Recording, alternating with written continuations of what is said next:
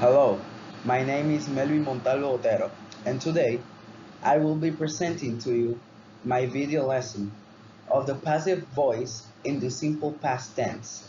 I hope you enjoy. Well, you might be wondering, what is the subject?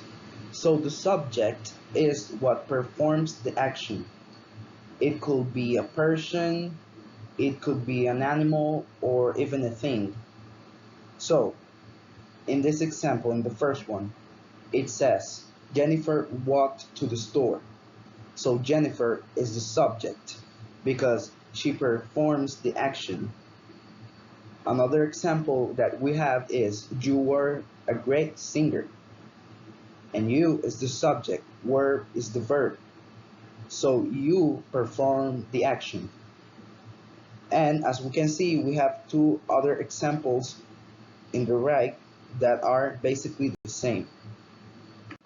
So, if you didn't know, the subject could be a noun and it could be a pronoun. But something that is very interesting is that not all the nouns are subjects. And here in this chart, we can see some pronouns, some subject pronouns like I, you, he, she, it, we, you, and they. And in Spanish, it would be I for yo, you equals tú, he or she, él, ella, it, él, we, nosotros, nosotras, you, ustedes, they, ellos, ellas. So now that we know what is the subject, we need to know what is the direct object. So the direct object is what received the action performed by the subject, as I said before. So the subject performs the action slash verb, and then the direct object is what received that action. So in example number one, we can see that it says, our cat caught a mouse. So caught is the verb. And now we need to ask ourselves, what did our cat caught? So he caught a mouse. That's the direct object. Now, in example number two, we can see that it says, the boss saw her in town. So the boss is the subject and saw is the verb. Now we need to ask ourselves, what did the boss saw, or whom did the boss saw? And her is our direct object because the boss saw her. So yeah, that's the direct object. In English, we have a very simple structure that is the SVO structure. It means subject, verb, and object. As I mentioned before, the subject is who or what performs the action. The verb is basically the action, and the object is whoever or whatever received the action.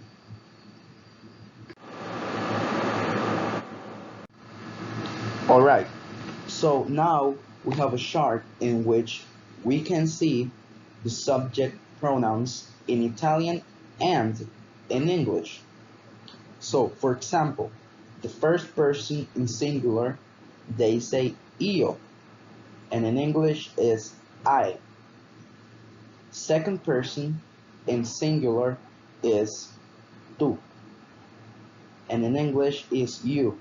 But this is a very casual and familiar way, like to talk to your friends and people close to you. Another way to say it is lay, with the L capitalized. But this is a very formal way to say you, in a very polite way. In third person, we have Louis, that it means he. And also in third person, we have lay, that it means she, but this one with the lowercase l. Now, in plural is different. First person of plural is noi, and it means we. Second person is voi, and it means you in a very casual and familiar way.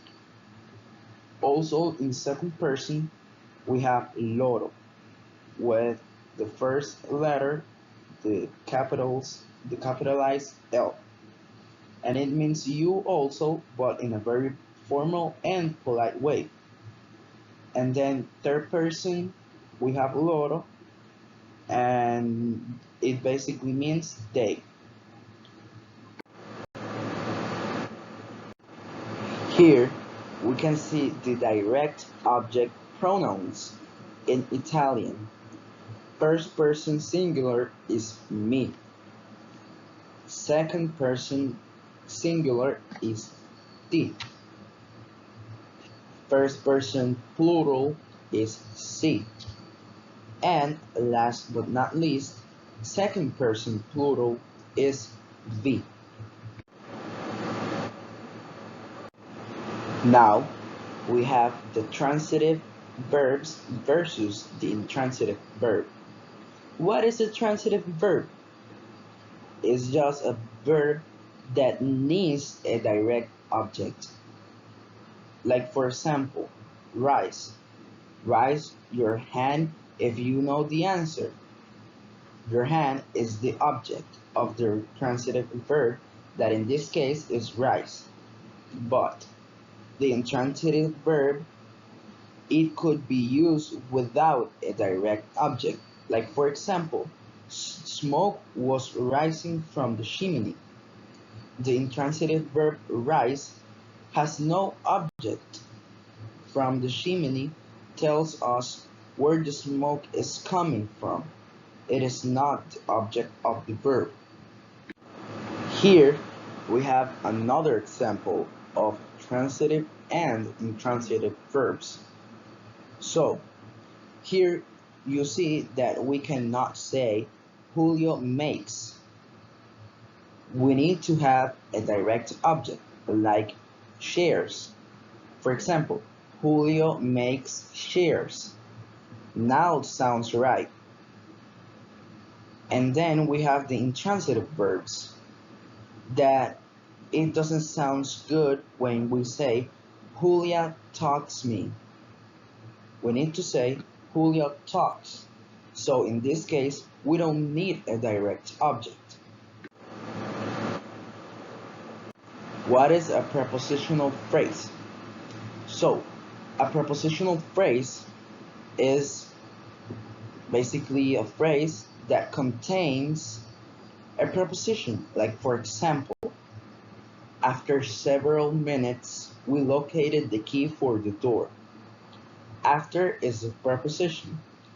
Minutes is the object of the preposition. So after several minutes is a prepositional phrase. Now in the same sentence we have another example. For is the preposition and door is the object of the preposition. So for the door is the prepositional phrase. Now we have another example.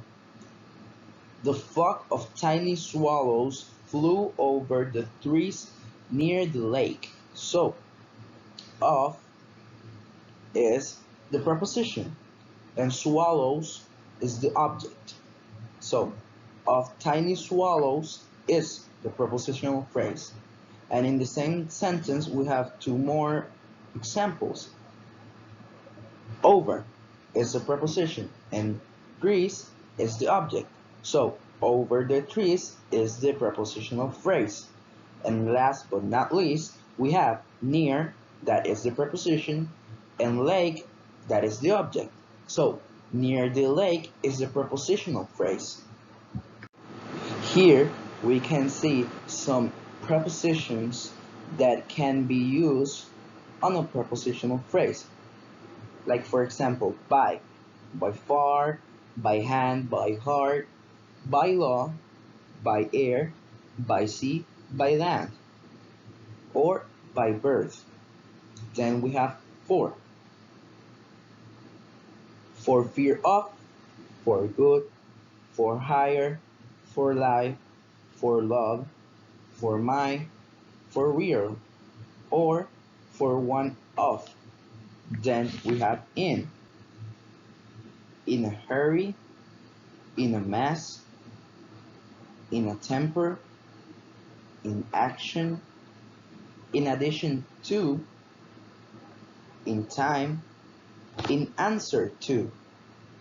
Then we have on an island, on approval, on bail, on behalf of, on board, on credit, and on business. And last but not least, we have at a guess, at a price, at a rate of, at all costs, at all events, at breakfast, at home, at large, and at least. Those are some of the prepositions that could be used in a prepositional phrase. What is the passive voice of the past simple? So, it is easy. It is just like you see in the PowerPoint.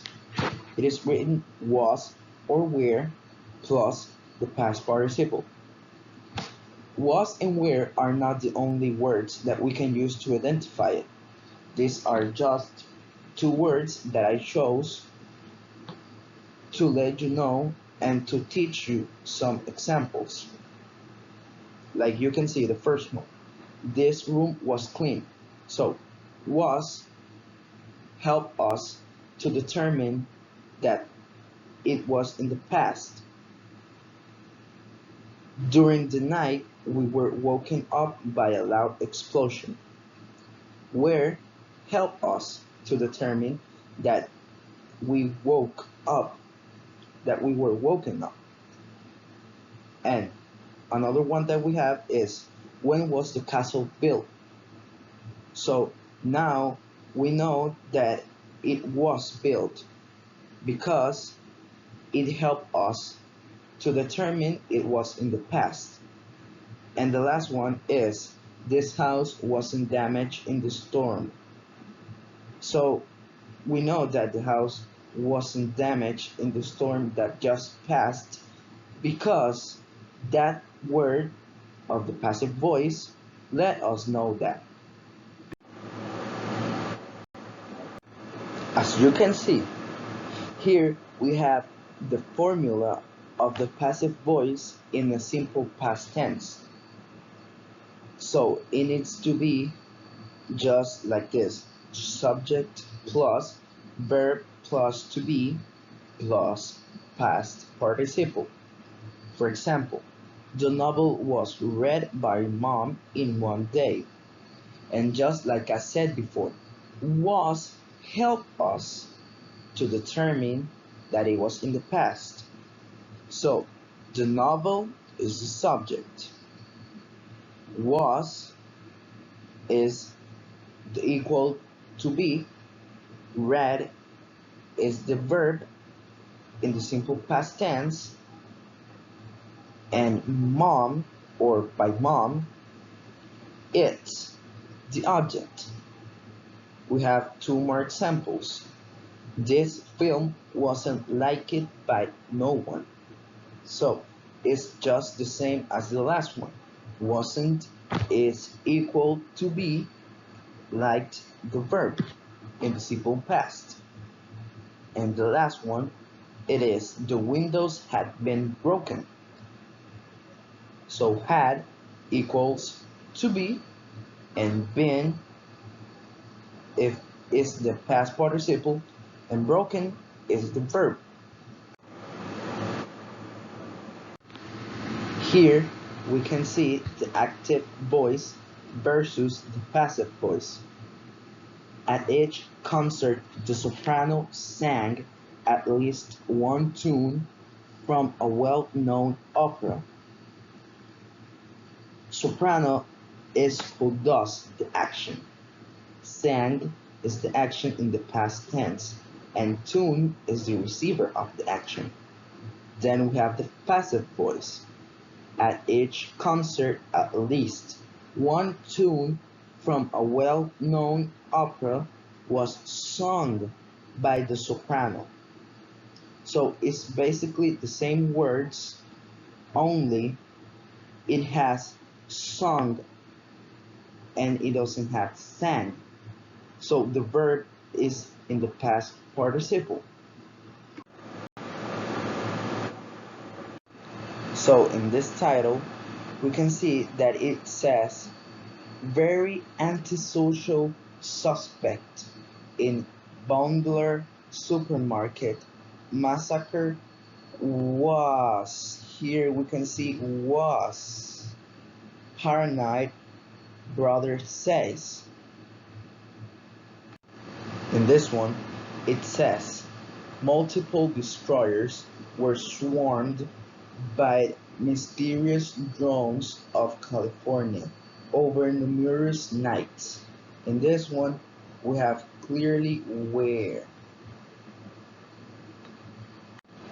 This one says always had. As you can see, here it says had a smile. These are the victims of the Boulder Massacre. In this one, the title says investigators highlighted the incident and several other fatal crashes over the past 5 years as examples of how some operators have, here we have exploited loopholes or lax oversight to avoid strikers' safety regulations. In this news says Motorhead's Lemmy had ashes placed in bullets and given to his closest friends. In the last news, the title says George Segal died, Oscar-nominated actor, and the Goldbergs star was 87. I hope you liked my presentation and thank you for all your attention.